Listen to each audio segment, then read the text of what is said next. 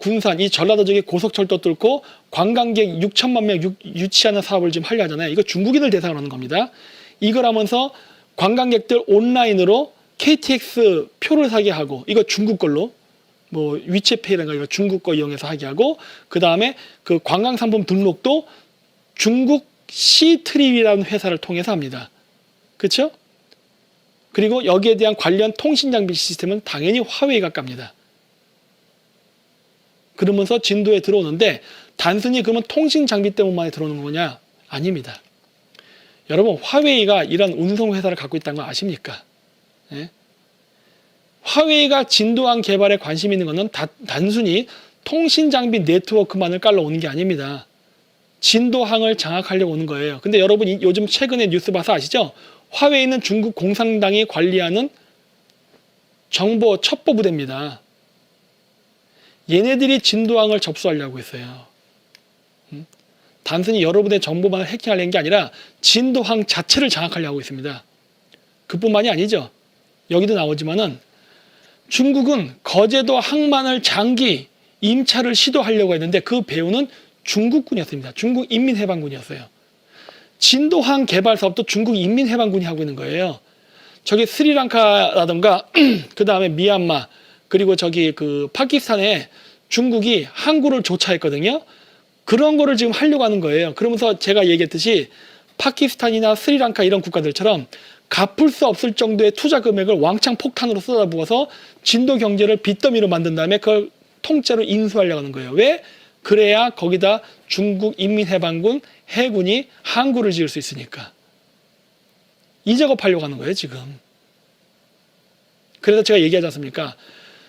한반도의 서해안, 남해안 도서지역 개발에 중국 자금이 지금 왕창 투입되는 것은 중국 인민해방군의 군사전략 목적 때문에 하는 것이다. 이건 순수한 투자 아니다. 얘기하는 거예요. 그래서 중국이 2년간 거제도의 항만도 시설을 장기 임차하려다 좌절되었다고 21일 아사히 신문이 보도했다. 그래서 중국은 남중국해에서 말라카 해협을 지나 인도양, 페르시아만으로 이어지는 각국의 항만 개발을 지원하고 있다. 이 항만 거점을 연결한 해상 교통로를 진주 목걸이라고 부르는데 중국이 자국 기업을 앞세워 한반도에까지 군사력을 확장하려는 것이 아니냐는 것이다. 당연하죠. 당연한 거지. 이거를 목적으로 해서 돈이라는 미끼를 던지는 거예요. 돈이라는 미끼. 그리고 거기에 지방시, 도의원, 시장, 군수, 도지사, 그 다음 뭐 우리나라 국회의원 등등이 그냥 그 돈을 먹으려고 혈안이 해서 아주 발악을 하는 거예요, 지금. 그게 현재 대한민국의 현실입니다. 진도군 진도항 배후지 개발 탄력. 여기도 얘기했죠? 고분 중국 건축고분 유항공사. 그래서 역사단체가 들어오고 있다고. 저 얘기 그냥 통과할게요. 그래서 이 진도투데이도 저번에 보여드렸던 화면인데 진도항 개발 중국 정부 차원에서 적극 도와주겠다. 당연하죠. 군사 목적으로 하는 거니까. 진도항에 중국 해군이 들어올 날이 얼마 안 남은 거죠. 그래서 이 지역을 개발하는 이유가 여기에 있습니다. 제가 노란색을 쳐놓은 거는 제주도와 대마도예요. 그 위쪽이 바로 진도와 거제도가 있는 그 도서 지역 해안지대죠. 이 지역을 장악하려는 이유는 뭐냐? 바로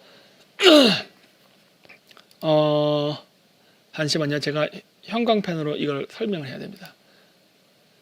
이렇게 중국이 아이고 이 선이 좀 얇네요. 형광펜 두껍지가 않네. 그냥 빨간색 그겠습니다. 자, 그냥 이렇게 이 지역 제1도련선을 중국이 지금 장악하려는 포석이에요.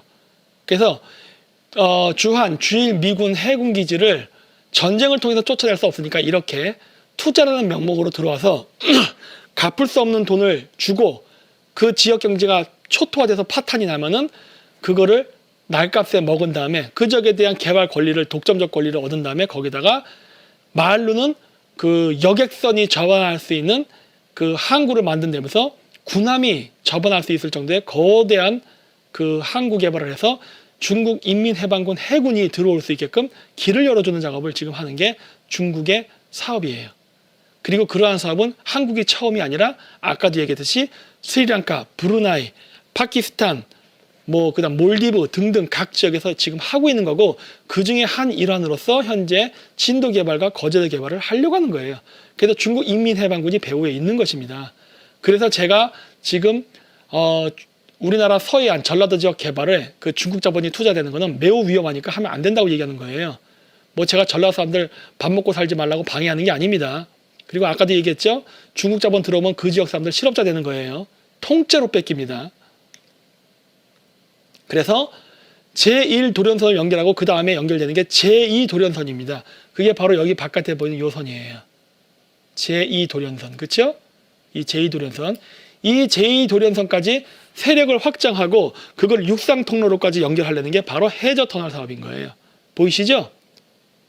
그래서 중국 인민해방군이 바로 진도항 개발, 고속철도 사업, 그 다음에 해저터널에 자금을 투입하고, 그리고 이러한 보잘것없는 지방 군수 도지사들을 끌어들여갖고 리커창 같은 중국의 제2의 인사가 같이 만나서 밥도 먹어주고 하는 거예요.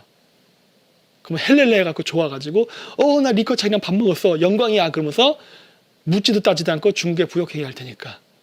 이 작업을 하는 게 지금 현재 중국 인민해방군의 바로 인도태평양 전선 쪼개기 전략입니다. 그래서 세월호 인양업체 샹하이 셀비지죠. 정부에 329억 원을 더 달라고 요구할 계획이다. 날강도가 따로 없죠. 날강도가.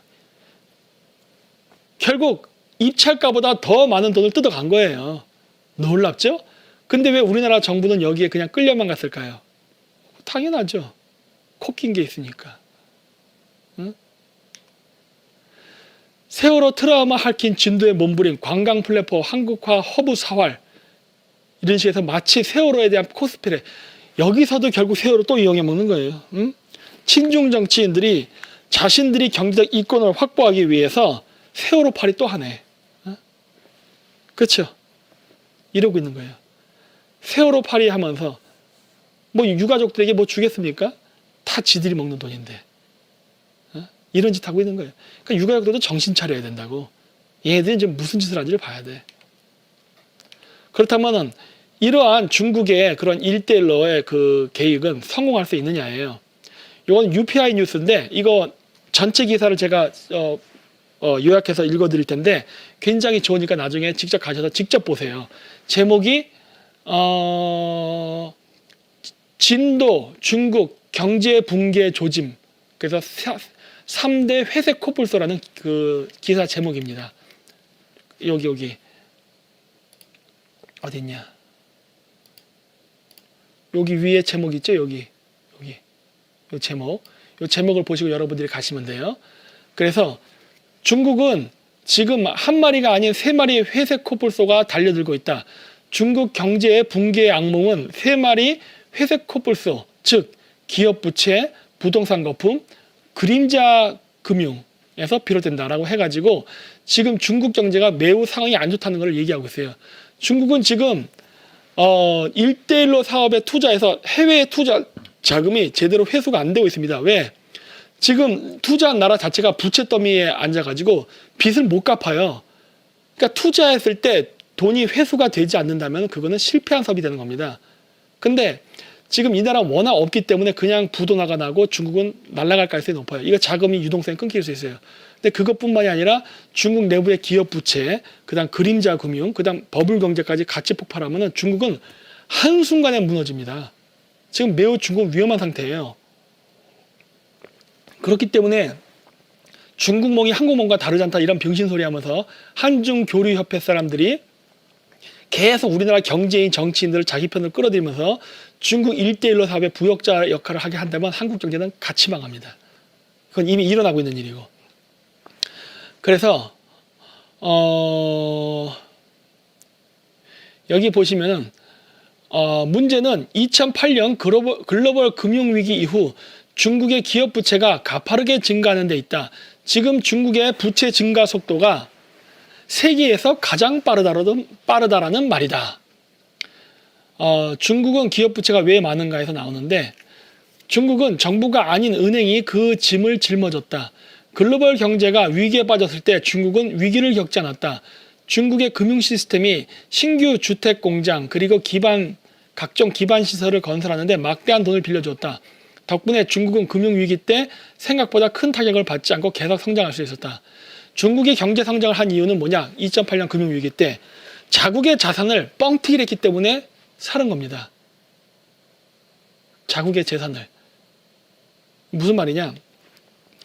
내가 은행에서 1억을 대출을 받았는데 대출 담보가 필요합니다. 그러면 1억을 빌릴 때는 적어도 1억 5천, 2억 좀 대출 금액보다 더 큰 금액을 담보로 받거든요. 보통 우리 같은 일반 서민들은 주택을 담보로 받죠. 자기 집을. 근데 이 중국이라는 나라는 2008년 금융위기 때 어떻게 했냐면은 중국 부동산 붐을 일으켰어요. 버블 경제를. 그래서 원래 중국의 땅이 뭐 예를 들어 평당 100원이었던 땅이 갑자기 평당 1,000원, 만 원으로 막 올라갔다고요. 그러다 보니까 어떻게 된 거예요? 자산 가치가 올라간 거예요. 아무것도 아닌데 갑자기 내가 가만히 딱 자고 있더니 내 부동산이 1억에서 100억이 되는 거와 똑같은 효과가 난 거예요. 100억이 나면 어떻게 돼요? 더 많은 대출을 받을 수 있게 된다고. 그래서 중국 애들이 오히려 사실 부자가 된 것도 아닌데 그런 부동산 거품 때문에 부자가 됐다는 착각 속에 많은 돈을 해외에 투자하고 막 그랬어요. 근데 문제는 뭐냐? 이 모든 투자의 근본이 되는 중국 부동산 버블이 붕괴되게 되면 중국이 해외 투자했던 모든 것들은 그림자같이 사라집니다. 지금 중국이 이 딜레마에 온 거예요. 중국의 기업 부채도 마찬가지예요. 그러한 자신들의 기업 자산을 이용해갖고 은행 대출을 받았고 그걸 통해서 사업을 벌리고 했는데 지금 손익분기점을 넘겨서 수익이 발생하지 않고 있어요. 왜? 중국은 지금 남의 나라 기술을 연락에 훔쳐가지고 물건을 만들고 있는데 그 만든 물건들을 팔지를 못하고 있거든요.